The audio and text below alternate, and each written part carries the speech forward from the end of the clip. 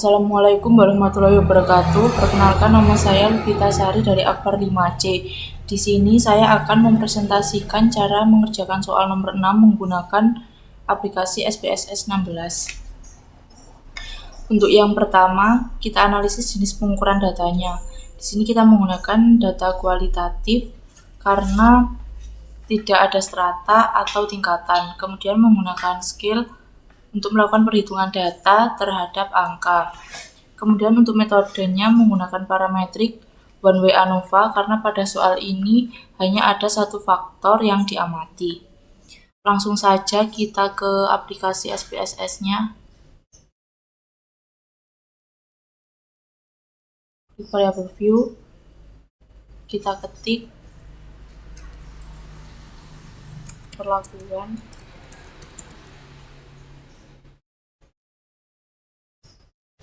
Di sini desimalnya 0 karena tadi di datanya tidak ada koma. Kemudian di sini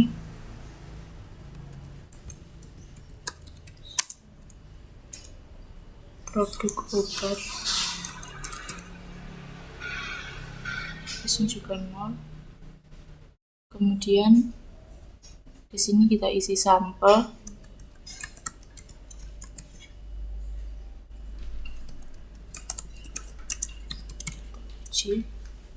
Bagian values kita isi sampel.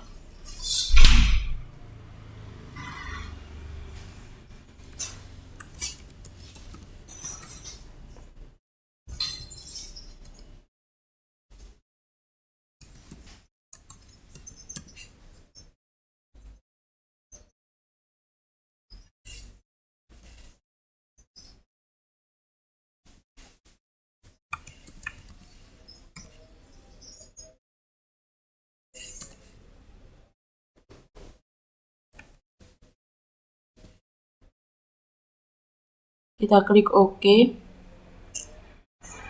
Kemudian untuk measure bagian perlakuan kita pilih nominal. Nah, selesai ini kita langsung menuju ke data view. Kita tulis perlakuannya tadi kan ada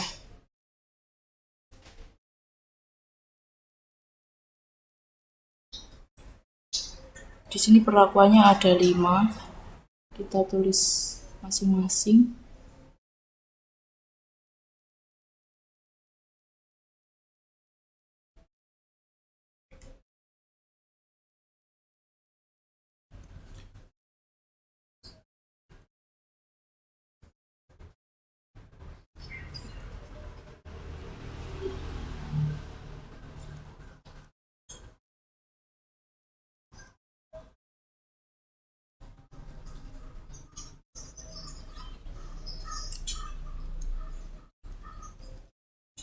Kemudian kita masukkan data,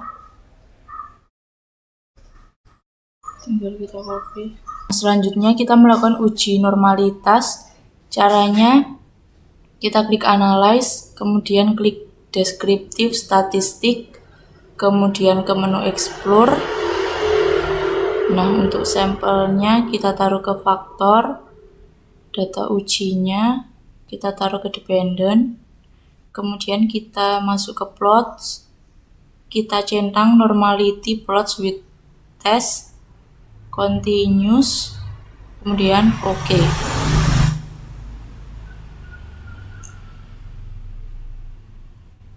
Kita tunggu.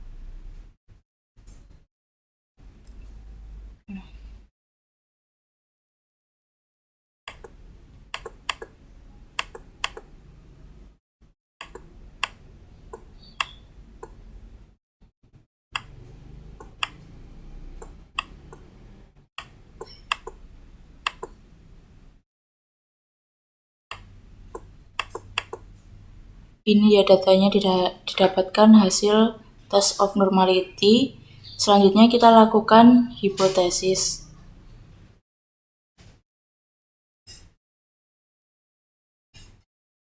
Nah, hipotesis normalities.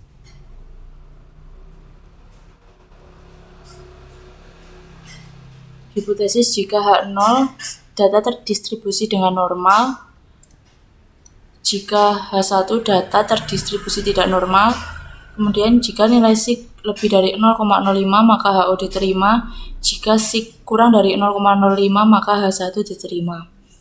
Nah, pada data ini kita menggunakan Shapiro-Wiley karena data yang kita gunakan kurang dari 50, sehingga kita menggunakan Shapiro-Wiley. Apabila data kita lebih dari 50, kita menggunakan Kolmogorov-Smirnov. Nah, untuk Shapiro-Wiley ini signya kita lihat lebih dari 0,05. Sehingga dapat disimpulkan bahwa data terdistribusi normal karena sig lebih dari 0,05 maka HO diterima. Selanjutnya kita menguji homogenitas. Kita klik tombol Analyze, kemudian Compare Means, One Way ANOVA. Nah, kemudian sampel perlakuan ini kita pindah ke faktor. Data uji kita pindah ke Dependent. Kemudian kita klik Option, kita klik Homogeneity of Variance T-Test, kemudian Descriptive, lalu Continuous, kemudian klik OK.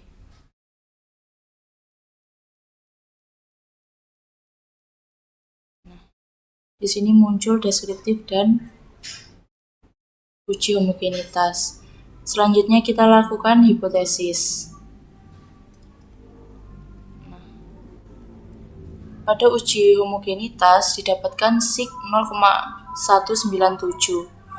Hipotesisnya jika H0 varian homogen, jika H1 varian tidak homogen, jika sig lebih dari 0,05 maka H0 diterima, jika sig kurang dari 0,05 maka H1 diterima.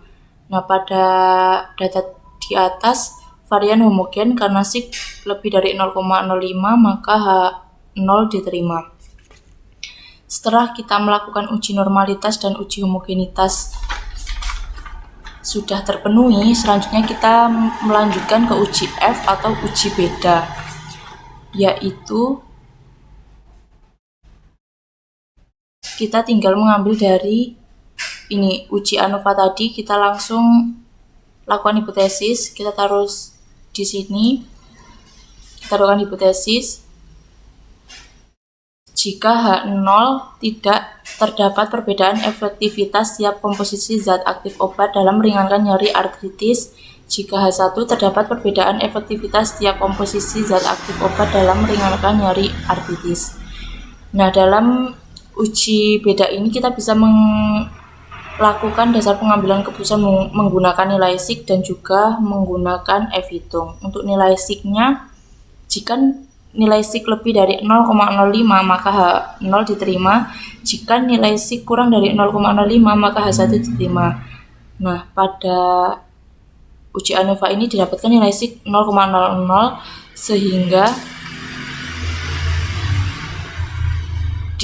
sehingga H1 diterima, maka terdapat perbedaan efektivitas tiap komposisi zat aktif obat dalam meringankan nyeri artritis. Kemudian untuk dasar pengambilan keputusan menggunakan F-hitung, syaratnya adalah jika F-hitung lebih besar dari F-tabel maka H1 diterima, jika F-hitung kurang dari F-tabel maka H0 diterima.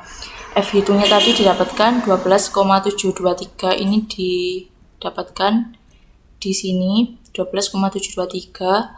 Kemudian untuk mencari F-tabelnya kita menggunakan Excel seperti ini. F-tabel sama dengan rumusnya FINV dalam kurung taraf kesalahan 0,05 dibagi 3, tadi sampelnya kan 4 terus dikurangi 1 jadi 3, kemudian tadi sampelnya kan 20 dikurangi 4 jadinya 16, hasilnya 3,28872.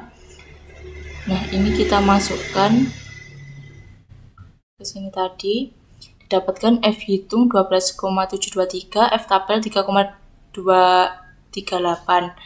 Kesimpulannya, H1 diterima, maka terdapat perbedaan efektivitas tiap komposisi zat aktif obat dalam meringankan nyeri artritis. Jadi, dasar pengambilan keputusan menggunakan SIK dan menggunakan nilai F hitung hasilnya sama, yaitu H1 diterima.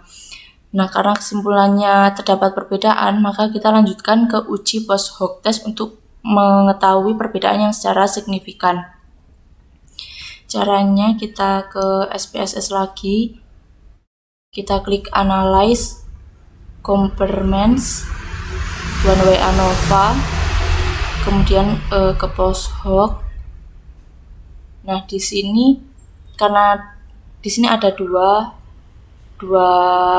bagian, kita milih bagian yang atas karena homogen. Kalau yang bagian bawah ini tidak homogen, jadi kita pilih yang bagian atas. Ini terserah mau pilih yang mana, tapi di sini saya menggunakan yang Turkey tag centang. Kemudian kita continuous, klik OK.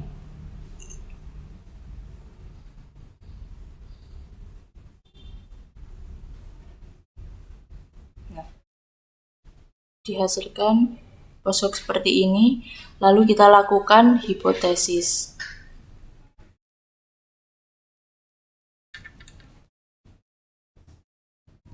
Nah, seperti ini. Cara membacanya, kontrol terhadap T15 terdapat perbedaan yang signifikan karena terdapat lambang bintang. Apabila terdapat lambang bintang ini berarti datanya itu terdapat perbedaan yang signifikan. Apabila tidak terdapat berarti tidak ada. Jadi membacanya seperti itu, dihasilkan kesimpulan seperti ini.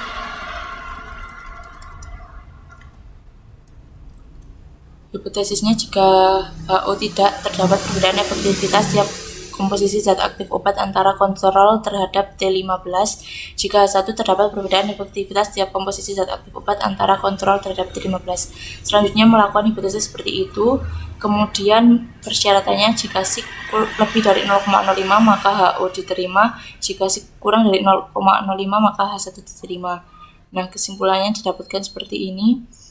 Kontrol terhadap T15 terdapat perbedaan signifikan, kontrol terhadap T40 tidak terdapat perbedaan yang signifikan, kontrol terhadap T50 tidak terdapat perbedaan signifikan, T15 terhadap T40 tidak terdapat perbedaan yang signifikan, T15 terhadap T50 terdapat perbedaan signifikan, T40 terhadap T50 terdapat perbedaan yang signifikan. Sekian presentasi dari saya mengenai uji One Way ANOVA. Terima kasih. Wassalamualaikum warahmatullahi wabarakatuh.